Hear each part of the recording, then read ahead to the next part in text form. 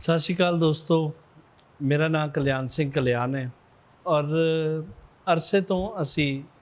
पंजाबीयत ਅਤੇ ਪੰਜਾਬੀ ਜ਼ੁਬਾਨ ਲਈ ਕੰਮ ਕਰ ਰਹੇ ਹਾਂ। ਤੇ ਇੱਕ ਸਾਡਾ ਮੁੱਖ ਕੰਮ ਜਿਹੜਾ ਹੈ ਉਹਨਾਂ ਵਿੱਚੋਂ ਇੱਕ ਇਹ ਹੈ ਕਿ ਸਾਡੇ ਪੰਜਾਬ ਦੇ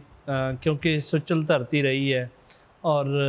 ਇੱਥੇ ਦੇ ਖਾਣੇ ਵੀ ਹਮੇਸ਼ਾ ਸੁਚਲ ਰਹੇ ਨੇ ਤੇ ਬਹੁਤ ਸਾਰੀਆਂ ਐਸੀ ਚੀਜ਼ਾਂ ਨੇ ਕਿ ਹੁਣ ਆਉਣ ਵਾਲੇ ਦੌਰ ਦੇ ਵਿੱਚ ਅਲੋਪ ਹੋ ਰਹੀਆਂ ਨੇ, ਗਾਇਬ ਹੋ ਰਹੀਆਂ ਨੇ। ਉਹਦੀ ਬੁਨਿਆਦੀ ਵਜ੍ਹਾ ਇਹ ਹੈ ਕਿ ਅਸੀਂ ਹੁਣ उस प्रकार दे ना सानू खाने मिल रहे ने, ना साड़ी रोटी उस प्रकार दी है। सो इस करके मसाइल दा पूरा समाज जिहड़ा है मसाइल दा शिकार है। सो मेरी बहुत अच्छी गल है कि साडे मित्र प्यारे नजम मज़ारी होरां ने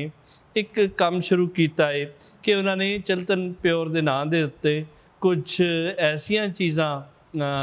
समाज दे विच दित्तियां ने कि जिहड़ियां प्योर ने और जिहड़ी ऑर्गैनिक फूड्स ने और इसी ऑर्गैनिक फूड्स तो तुसी अजकल क्योंकि बुनियादी तौर पर साढ़े समाज दे विच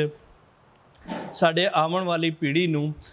बहुत सारे ऐसे मल्टीविटामिनस का घाट का सामना है, साड़ी बॉडी नूं विटामिन डी का सामना है,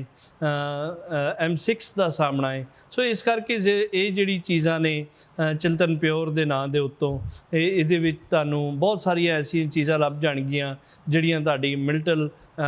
मल्टीविटामिन तुहाडी बॉडी नूं पूरा करदियां ने, मल्टी मिनरल्स ने ਇਹਦੇ ਵਿੱਚ। ਸੋ ਇਹ ਇੱਕ ਤੁਹਾਡੀ ਬੋਡੀ ਨੂੰ ਸੁਰੱਖਿਅਤ ਰੱਖਣ ਵਾਸਤੇ ਔਰ ਤੁਹਾਡੇ ਆਉਣ ਵਾਲੇ ਜਿਹੜਾ ਵੇਲਾ ਹੈ ਉਹਨੂੰ ਠੀਕ ਰੱਖਣ ਵਾਸਤੇ, ਤੁਹਾਡੀ ਬੋਡੀ ਦਾ ਟੈਂਪਰੇਚਰ ਠੀਕ ਰੱਖਣ ਵਾਸਤੇ ਇੱਕ ਬਹੁਤ ਪਿਆਰੀ ਚੀਜ਼ ਨਜਮ ਮਜ਼ਾਰੀ ਹੋਰਾਂ ਨੇ ਇੰਟਰੋਡਿਊਸ ਕਰਾਈ ਹੈ। ਸੋ ਮੈਂ ਸਾਰੇ ਦੋਸਤਾਂ ਨੂੰ ਇਹੋ ਹੀ ਬੇਨਤੀ ਕਰਾਂਗਾ ਕਿ ਤੁਸੀਂ ਇੱਕ ਵਾਰੀ ਇਸ ਨੂੰ ਜ਼ਰੂਰ ਆਜ਼ਮਾ ਕੇ ਵੇਖੋ ਤਾਂ ਜੇ ਤੁਹਾਨੂੰ ਅੱਛੀ ਲੱਗੀ ਤਾਂ ਤੁਸੀਂ ਫਿਰ ਇਸਤੇਮਾਲ ਕਰੋ। ਬਹੁਤ ਸ਼ੁਕਰੀਆ, ਧੰਨਵਾਦ।